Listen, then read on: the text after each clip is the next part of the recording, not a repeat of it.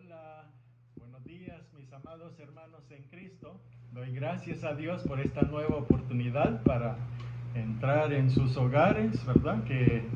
Para reunirnos como familia, para alabar su santo nombre y escuchar su palabra. Pero antes de que les presento la palabra de Dios, quiero compartir unos versículos de dos citas. El primero se encuentra en Salmo 105, versículos 4 y 5, donde dice: buscad a Jehová y su poder, buscad siempre su rostro, acordaos de las maravillas que él ha hecho, de sus prodigios y de sus juicios de su boca. Y la segunda cita se encuentra en Isaías 55, versículos 6 y 7. Isaías 55, 6 y 7 dice: buscad a Jehová mientras puede ser hallado, llamadle en tanto que está cercano. Deje el impío su camino y el hombre inicuo sus pensamientos, y vuélvase a Jehová, el cual tendrá de él misericordia, y al Dios nuestro, el cual será amplio en perdonar. Viendo y escuchando estas palabras de estos versículos, tenemos la responsabilidad de hacer lo que nos indica hacer, y eso es buscar a Jehová, ver su poder, ver su mano, ¿verdad?, poderosa, y obedecerle de nuestro corazón. Si somos pecadores y no conocemos a Él como nuestro Señor y Salvador, buscarle como Señor y Salvador. Si somos sus hijos pero rebeldes y apartados de Él, regresar a Él y arreglar cuentas con Él, ¿verdad? Mejor ahora que tarde, ¿verdad? Pero mejor tarde que nunca. Pues espero que ya estamos listos con nuestra familia y nuestras Biblias para otro mensaje de la palabra de Dios. Pues ore conmigo y por mí mismo para que sea claro y entendible, y que Dios tenga la libertad de hablar a cada corazón. Oremos. Padre Celestial, te damos gracias por esta nueva oportunidad de entrar en tu presencia, abriendo nuestras Biblias, Señor, y leyendo y hablando de ellas, Señor. Y te pido, Señor, a través de su Espíritu Santo, que nos enseñas en la verdad de tu palabra. Abre nuestro entendimiento y nuestros corazones para recibir tu palabra, y no solo escucharla, sino que hacerla, obedecerla, Señor, con nuestras vidas. Que todo sea para tu honra y tu gloria. En el nombre de Cristo te lo pido todo. Amén. Pues estamos en el libro de Gálatas, Gálatas capítulo 3. Vamos a ver versículos 1 al 14. Gálatas capítulo 3, del 1 a 14. Dice así: oh Gálatas insensatos, ¿quién os fascinó para no obedecer a la verdad? A vosotros ante cuyos ojos Jesucristo fue ya presentado claramente entre vosotros como crucificado. Esto solo quiero saber de vosotros: ¿recibisteis el Espíritu por las obras de la ley o por el oír con fe? ¿Tan necios sois? Habiendo comenzado por el Espíritu, ¿ahora vais a acabar por la carne? ¿Tantas cosas habéis padecido en vano? Si es que realmente fue en vano. Aquel pues que os suministra el Espíritu y hace maravillas entre vosotros, ¿lo hace por las obras de la ley o por el oír con fe? Así Abraham creyó a Dios y le fue contado por justicia. Sabed, por tanto, que los que son de fe, estos son hijos de Abraham. Y la Escritura, previendo que Dios había de justificar por la fe a los gentiles, dio de antemano la buena nueva a Abraham, diciendo: en ti serán benditas todas las naciones. De modo que los que de la fe son bendecidos con el creyente Abraham.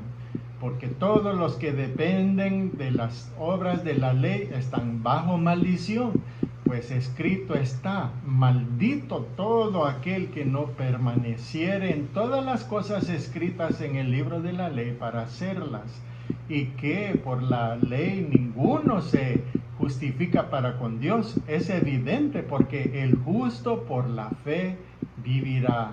Y la ley no es de fe, sino que dice: el que hiciere estas cosas vivirá por ellas. Cristo nos redimió de la maldición de la ley, hecho por nosotros maldición, porque está escrito: maldito todo el que es colgado de un madero, para que en Cristo Jesús la bendición de Abraham alcanzase a los gentiles, a fin de que por la fe, recibiésemos la promesa del Espíritu. Pues los 60 versículos que componen Gálatas capítulos 3 y 4 son algunos de los escritos más fuertes que Pablo jamás haya escrito. Pero después de todo, tenemos que recordar que Pablo estaba en una batalla. Él estaba peleando en la defensa del Evangelio.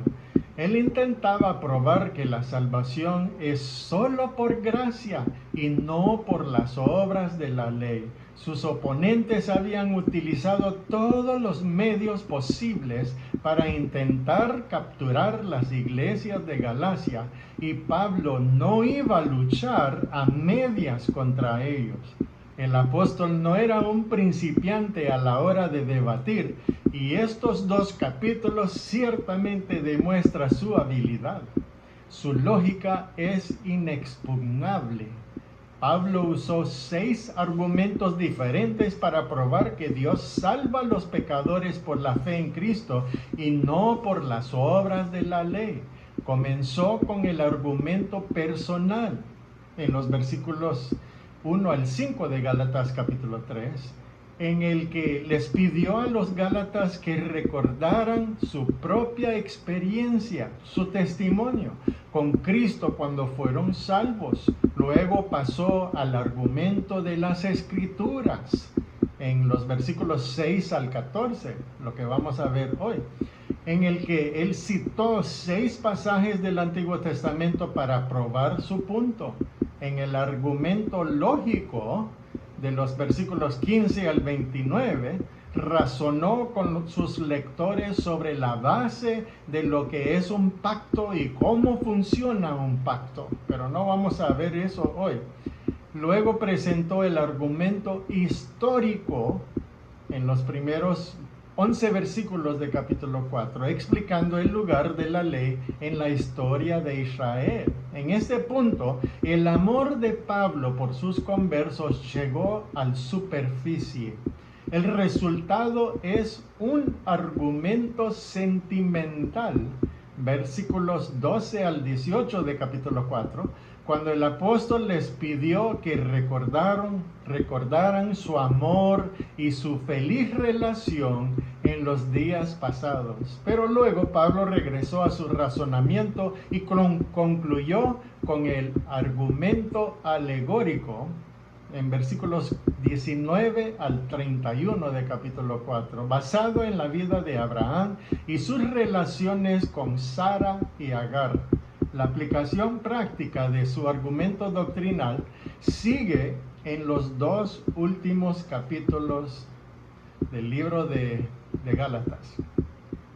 Pero vamos a ver estos 2 primeros argumentos, y primeramente el argumento personal en los primeros 5 versículos. La clave de esta sección está en la palabra padecido en versículo 4 de Gálatas, que puede traducirse como la palabra experimentado, padecido, experimentado.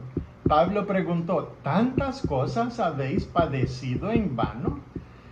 El argumento de la experiencia cristiana fue sabio para comenzar, porque Pablo había estado con ellos cuando confiaron en Cristo como Señor y Salvador de sus vidas. Por supuesto, argumentar desde la experiencia puede ser peligroso, porque las experiencias pueden engañar y pueden ser malinterpretadas.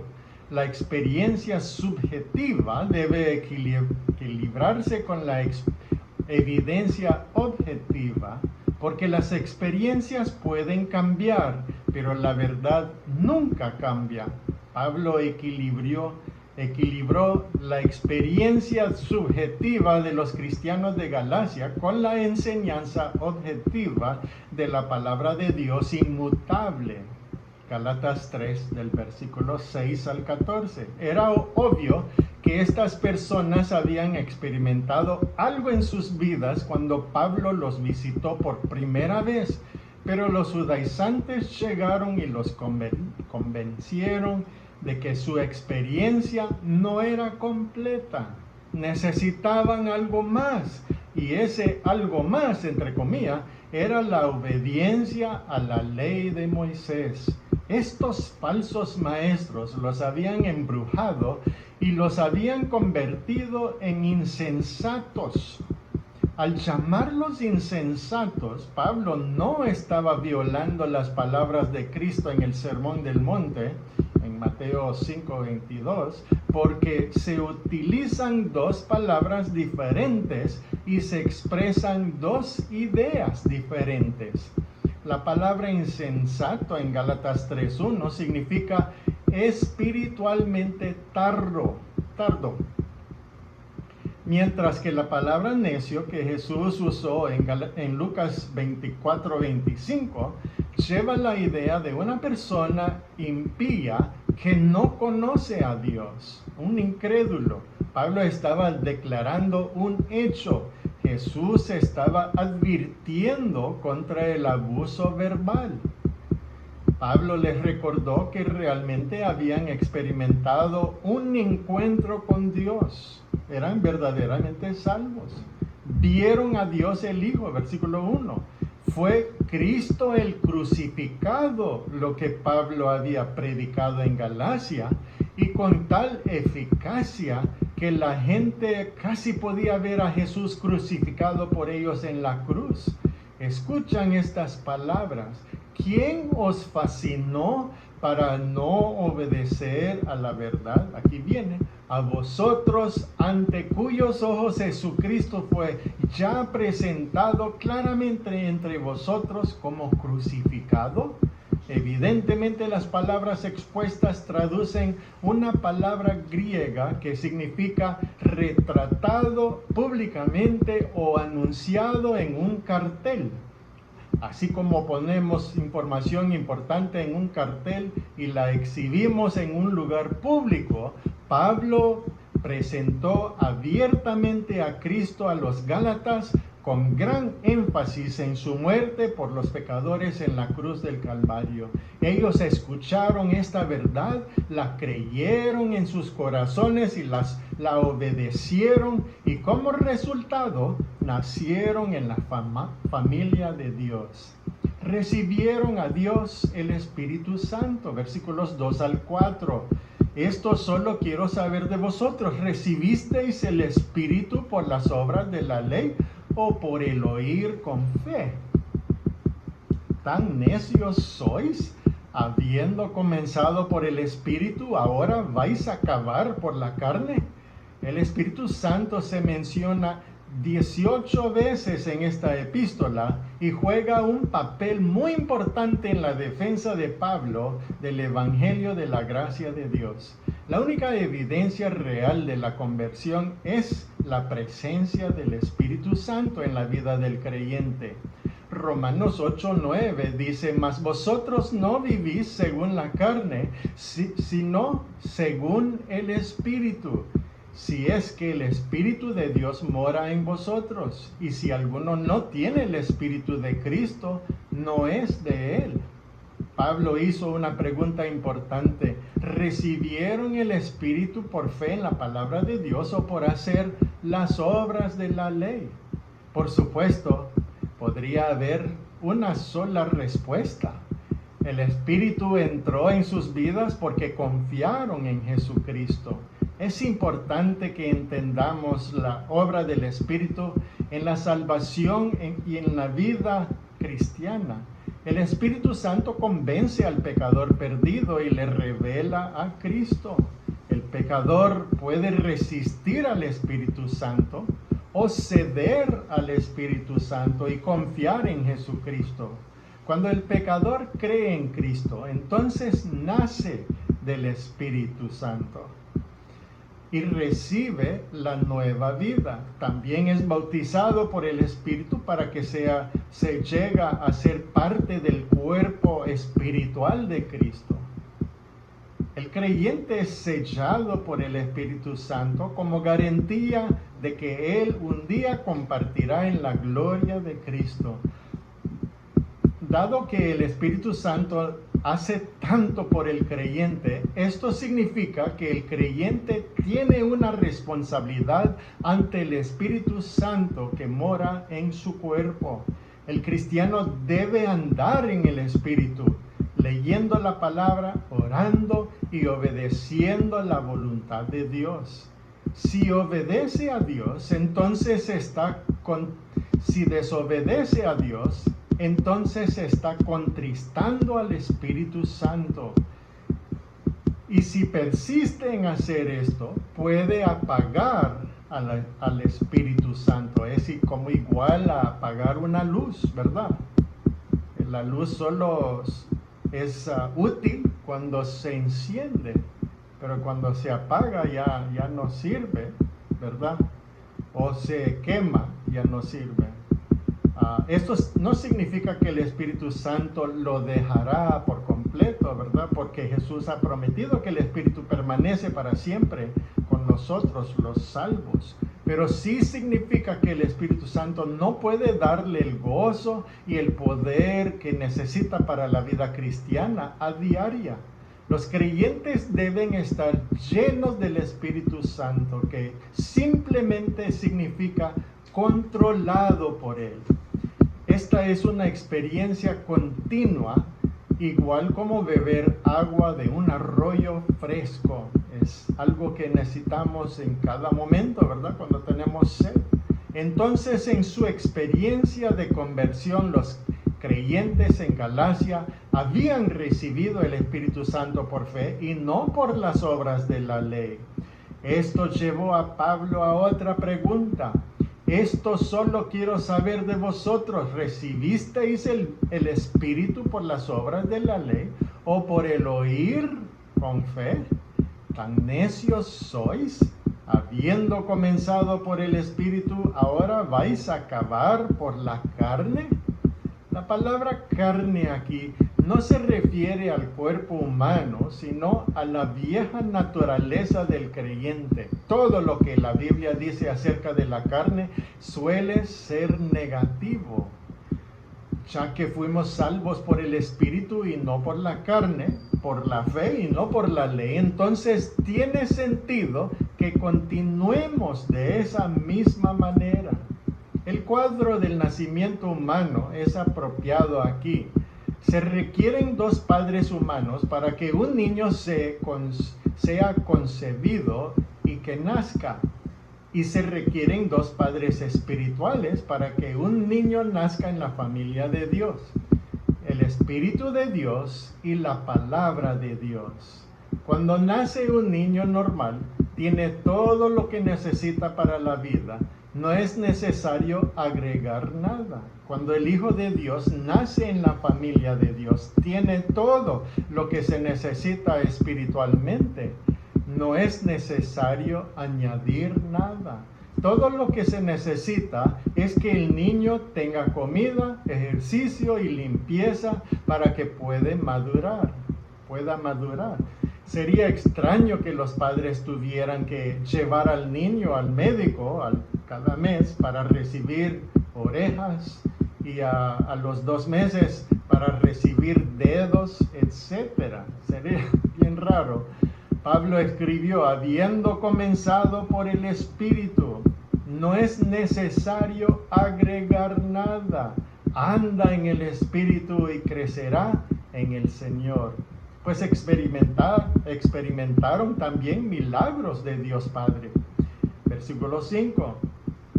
Aquel pues que os suministra el Espíritu y hace maravillas entre vosotros, ¿lo hace por las obras de la ley o por el oír con fe.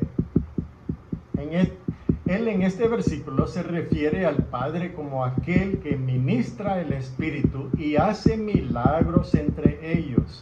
El mismo Espíritu Santo que entró en el creyente en el momento de la conversión, en el momento de la salvación, continúa obrando en él por medio de él para que todo el cuerpo sea edificado. El Padre continúa suministrando el Espíritu Santo con poder y bendición, y esto se hace por fe y no por las obras de la ley. La frase entre vosotros también se puede traducir dentro de ustedes. Estos milagros incluirían, por tanto, maravillosos cambios en la vida de los cristianos, así como señales y maravillas dentro de la comunión de la iglesia. Hay una historia que comienza con esta pregunta. ¿En serio usted cree en los milagros de la Biblia? Le preguntó un escéptico, un incrédulo, a un nuevo cristiano que había sido un bebedor terrible antes de conocer a Cristo. Por supuesto que sí, respondió el nuevo creyente. El incrédulo se rió. ¿Quiere decir que realmente usted cree que Jesús podía convertir el agua en vino?, preguntó. Sí, hombre, claro que sí. En mi propia casa, Él convirtió el vino en comida, ropa y muebles. Pues Él estaba convencido, ¿verdad? Porque Él lo había visto con sus propios ojos. Pues hemos visto el argumento personal y ahora llegamos al argumento número 2, el argumento de las Escrituras, versículos 6 al 14. Pablo pasa ahora de la experiencia subjetiva a la experiencia objetiva de la palabra de Dios. Nunca juzgamos las Escrituras por nuestra propia experiencia. Siempre debemos probar nuestra experiencia por la palabra de Dios. En la primera sección, Pablo hizo 6 preguntas. En esta sección, Pablo citará 6 declaraciones del Antiguo Testamento para probar que la salvación es por la fe en Cristo y no por las obras de la ley. Ya que los judaizantes querían que los creyentes volvieran a la ley, Pablo citó la ley. Él les llevó de nuevo a la ley para que ellos pudieran ver claramente lo que él estaba indicando, que deseaba que vean. Y dado que magnificaron la posición de Abraham en su religión, Pablo usó al mismo Abraham como uno de sus testigos. Abraham fue salvo por la fe, versículos 6 al 7. Así Abraham creyó a Dios y le fue contado por justicia.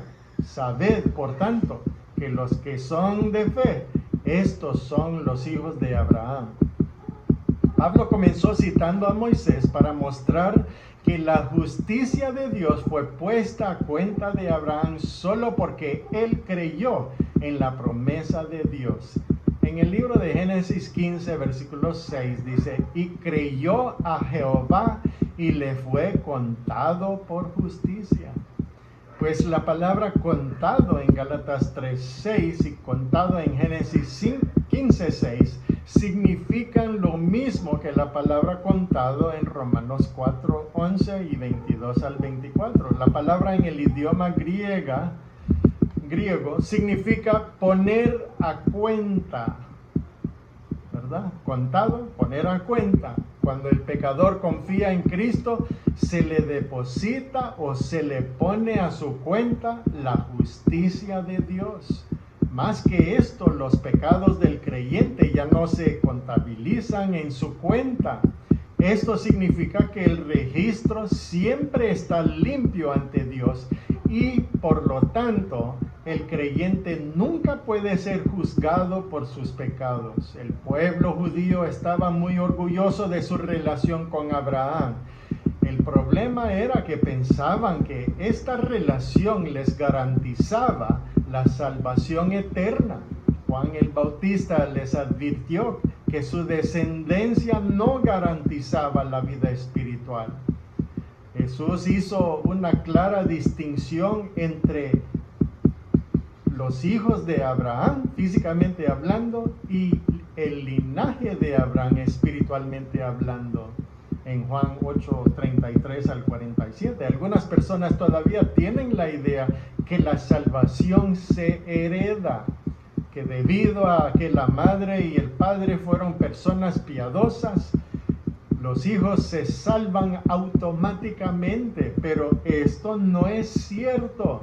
Bien se ha dicho que Dios no tiene nietos, solo tiene hijos. Pues cada persona tiene que decidir por sí mismo si quieren la salvación, ¿verdad? Como escoger la bendición, o si quieren mantenerse como incrédulos que desean la maldición de Dios, ¿verdad? Qué triste cuando rechazan la salvación en Cristo. Pues esta salvación es también para los gentiles, no solo para los judíos. Versículos 8 y 9. Y la Escritura, previendo que Dios había de justificar por la fe a los gentiles, dio de antemano la buena nueva a Abraham, diciendo: en ti serán benditas todas las naciones, de modo que los de la fe son bendecidos como el creyente Abraham. La cita de Pablo de Moisés en Génesis 12:3 prueba que desde el comienzo mismo de la relación de Abraham con Dios se prometió la bendición de la salvación a todas las naciones del mundo. Dios le predicó las buenas nuevas a Abraham hace siglos, y Pablo trajo esas mismas buenas nuevas a los Gálatas, que los pecadores son justificados por la fe y no por guardar la ley. La lógica aquí es evidente. Si Dios prometió salvar a los gentiles por fe, entonces los judaizantes se equivocaron al querer volver a los creyentes gentiles de nuevo a la ley. Los verdaderos hijos de Abraham no son los judíos por ascendencia física, sino judíos y gentiles que han creído en Jesucristo. Todos los que son de la fe, es decir, los creyentes, son bendecidos con el creyente Abraham. Versículo 9. Cuando usted lee el gran pacto de Dios con Abraham en Génesis 12:1 al 3, descubre que se prometieron muchas bendiciones diferentes, algunas personales, otras nacionales y políticos, y algunos universales y espirituales. Ciertamente Dios engrandeció el nombre de Abraham.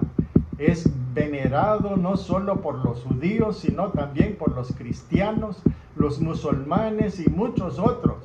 Dios multiplicó su descendencia y Dios bendijo a los que bendijeron a Abraham. También juzgó a los que maldecían a sus descendientes. Egipto, Babilonia y Roma son algunos ejemplos. Pero las mayores bendiciones que Dios envió a través de Abraham a la nación judía tienen que ver con nuestra salvación eterna. Jesucristo es la simiente prometida por medio de la cual todas las naciones han sido bendecidas. Gálatas 3:16 dice: ahora bien, a Abraham fueron hechas las promesas y a su simiente. No dice a las simientes como si hablase de muchos, sino como de uno, y a tu simiente, la cual es Cristo. Esta salvación es por fe y no por la ley. Versículos 10 al 12 dice: porque todos los que dependen de las obras de la ley están bajo maldición, pues escrito está: maldito todo aquel que no permaneciere en todas las cosas escritas en el libro de la ley para hacerlas. Y que por la ley ninguno se justifica para con Dios, es evidente, porque el justo por la fe vivirá. Y la ley no es de fe, sino que dice: el que hiciere estas cosas vivirá por ellas. La salvación nunca podría venir por la obediencia a la ley, porque la ley trae maldición, no bendición. Aquí Pablo citó Deuteronomio 27:26. Deuteronomio 27:26, que dice: maldito el que no confirmare las palabras de esta ley para hacerlas, y dirá todo el pueblo, amén. La ley exige obediencia, y esto significa obediencia en todas las cosas. La ley no es una cafetería religiosa o un restaurante religioso donde la gente puede escoger y elegir, ¿verdad?, a su gusto. A continuación, Pablo citó a Habacuc 2:4, donde dice: mas el justo por su fe vivirá. Esta declaración es tan importante que el Espíritu Santo inspiró 3 libros del Nuevo Testamento para explicarlo, como hemos dicho, como se mencionó anteriormente. Romanos explica el justo y nos dice cómo el pecador puede ser justificado ante Dios en Romanos 1:17. Gálatas explica cómo los justos vivirán, y Hebreos discute por fe en Hebreos 10:38. Nadie podría vivir según la ley, porque la ley mata y muestra al pecador que es culpable ante Dios Todopoderoso. Pero alguien podría argumentar que se necesita la fe incluso para obedecer la ley. Así que Pablo citó a Levítico para probar que lo que Dios requiere es guardar la ley y no creerla. Levítico 18:5 dice: por tanto guardaréis mis estatutos y mis ordenanzas, los cuales haciendo el hombre vivirá en ellos. Haciendo, ¿verdad? Yo Jehová, como escrito, ¿verdad?, por Dios. La ley dice hace y vive, pero la gracia dice cree y vive. La propia experiencia de Pablo en Filipenses 3:1-10, así como la historia de Israel, Romanos 10:1-10, prueba que las obras de justicia nunca pueden salvar al pecador. Solo la gracia por la fe puede salvarle. Los judaizantes querían seducir a los gálatas a una religión de obras legales, mientras que Pablo quería que disfrutaran de una relación de amor y vida por fe en Cristo. Para el cristiano, abandonar la fe y la gracia por la ley y las obras es perder todo lo emocionante que el cristiano puede experimentar en su comunión diaria con el Señor. La ley no puede justificar al pecador, tampoco puede darle justicia.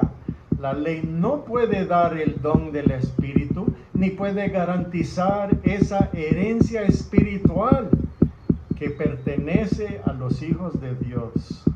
La ley no puede dar vida y la ley no puede dar libertad. Entonces, ¿por qué vale volver a la ley? No tiene sentido.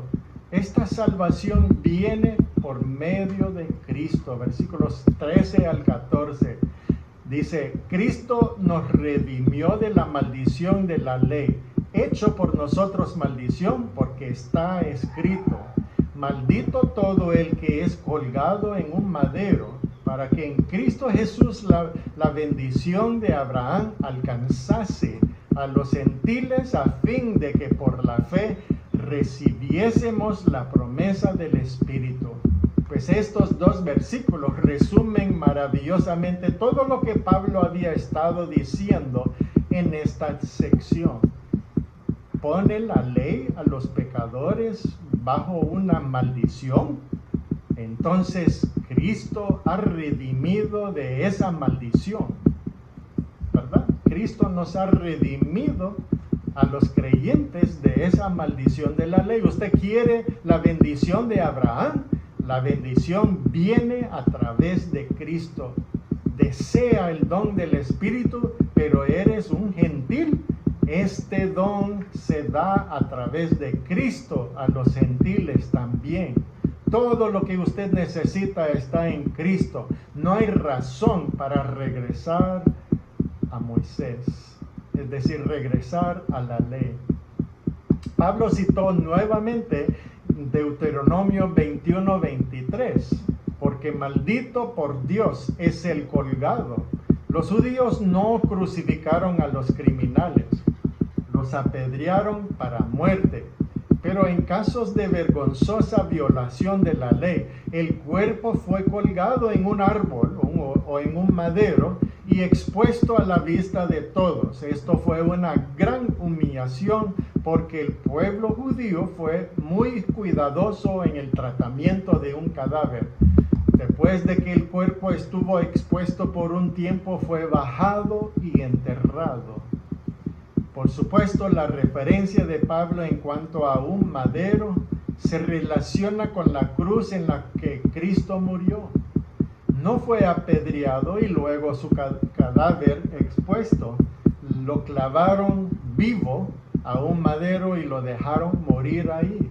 Pero al morir en la cruz, Jesucristo cargó con la maldición de la ley por nosotros, de modo que ahora el creyente ya no está más bajo la ley y su terrible maldición. La bendición de Abraham, la justificación por fe y el don del Espíritu Santo es ahora nuestra mediante la fe en Jesucristo. La palabra redimió en Gálatas 3:13 significa comprar un esclavo con el propósito de liberarlo. Es posible comprar un esclavo y mantenerlo como esclavo, pero esto no es lo que hizo Cristo. Al derramar su sangre en la cruz del Calvario, nos compró para que fuéramos libres, completamente libres. Los judaizantes querían llevar a los cristianos a la esclavitud, pero Cristo murió para liberarlos. La salvación no es cambiar una forma de esclavitud por otra. La salvación es ser liberado de la esclavitud del pecado y la ley en la libertad de la gracia de Dios a través de Cristo Jesús. Esto plantea una pregunta interesante. ¿Cómo podrían estos judaizantes convencer a los cristianos de Galacia de que la senda de la ley era mejor que la senda de la gracia? Es casi imposible pensar en eso. ¿Cómo podría la esclavitud ser mejor que la libertad? ¿Por qué desearía un creyente elegir deliberadamente la esclavitud en lugar de la libertad?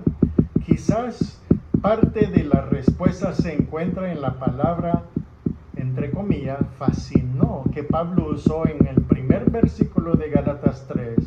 ¿Quién os fascinó para no obedecer a la verdad? La palabra significa echar un conjuro, encantar, seducir, hechizar, embrujar, fascinar. Hacer mal de ojo, como decimos, ¿verdad?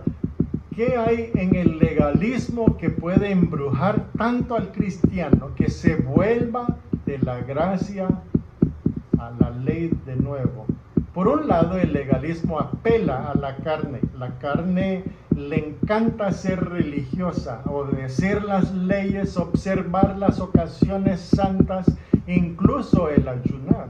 Pablo dice en Gálatas 4:10, guardáis los días, los meses, los tiempos y los años.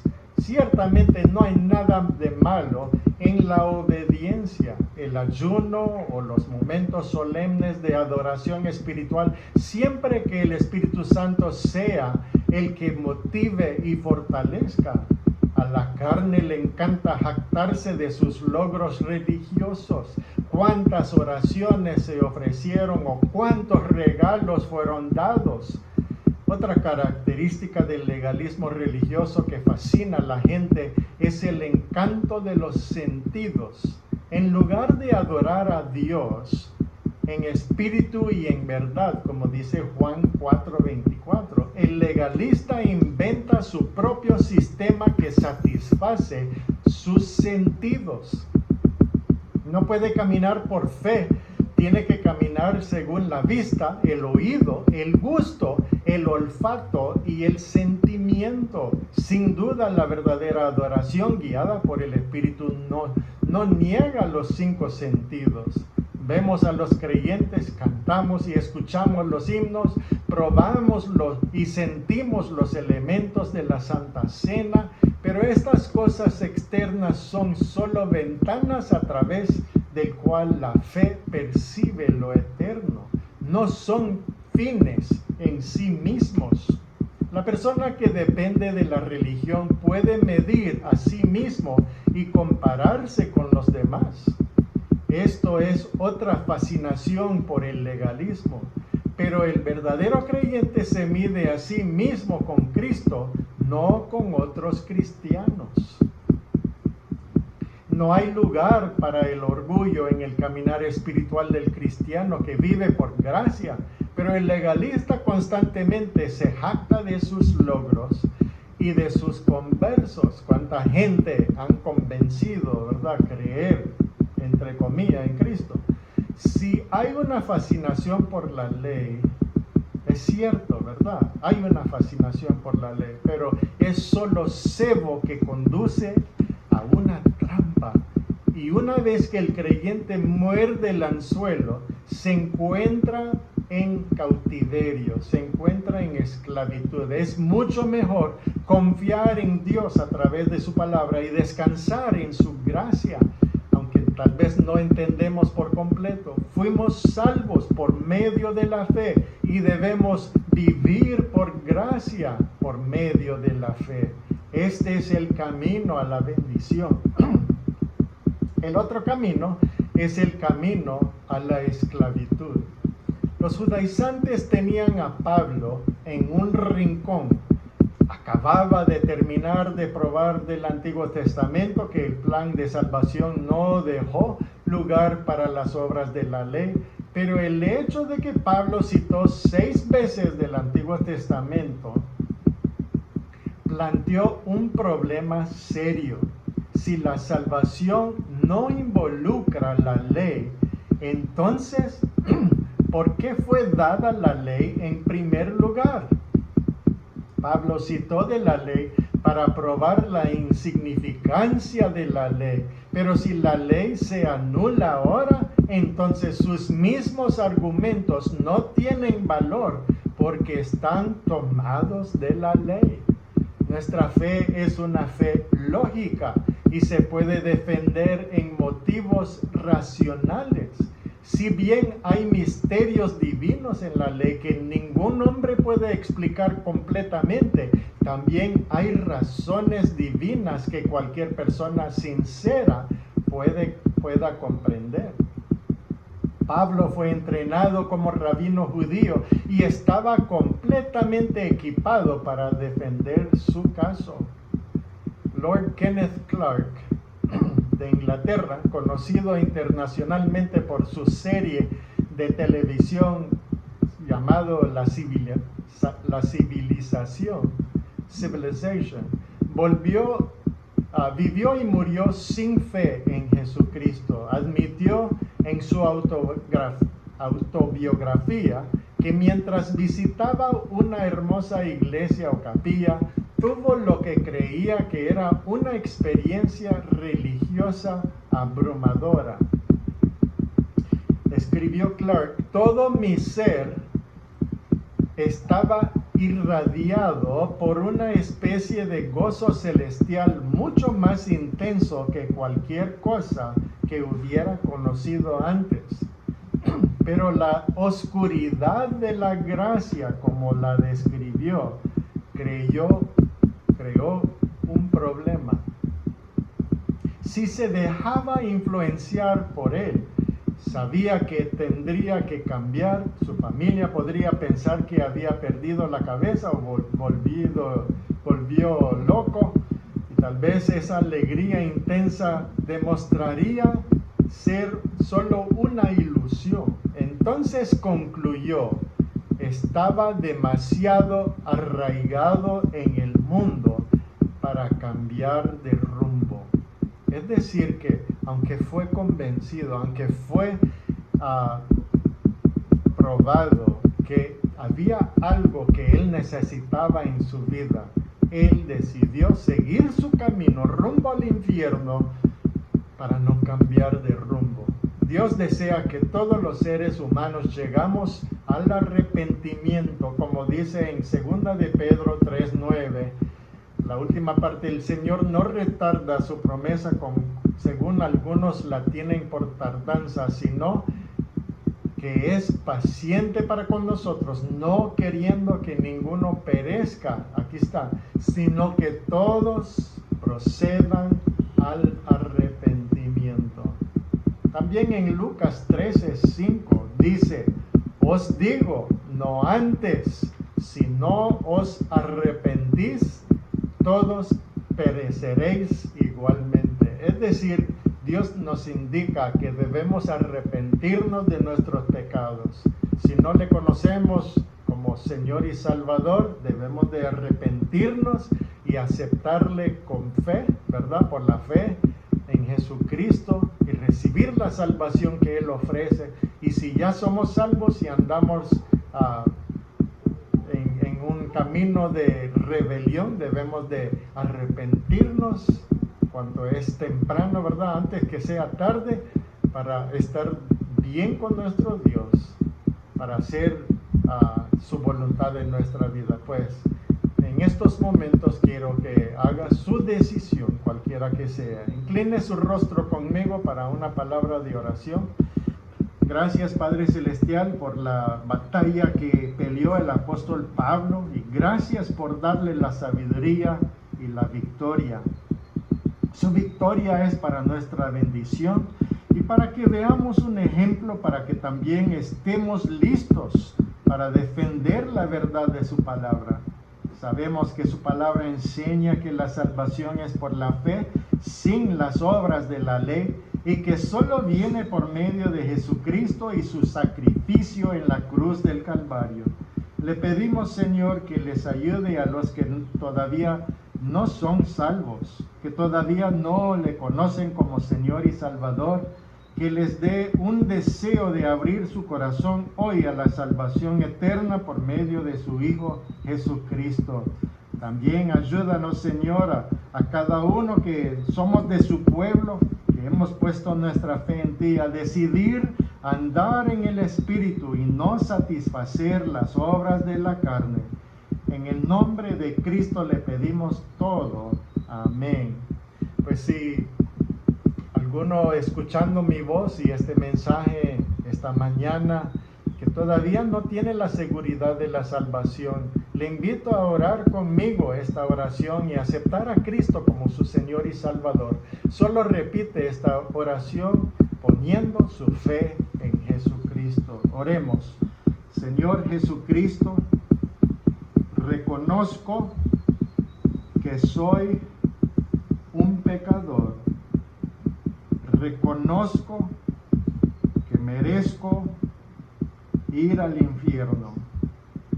Y creo que solo tú puedes salvarme. Por favor, perdona mis pecados. Limpia mi corazón con su sangre preciosa. Hoy le acepto como mi único y suficiente Salvador.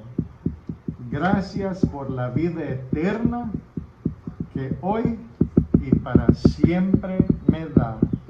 En el nombre de Cristo. Amén. Pues si usted ha orado esta oración del pecador arrepentido, queremos escuchar de usted. Avísanos, ¿verdad?, para poder orar por usted. Ayúdanos, avísanos de su decisión y denos su dirección para poder alcanzarle a través de materiales para que pueda crecer en su nueva vida en Cristo. Que Dios les bendiga a todos.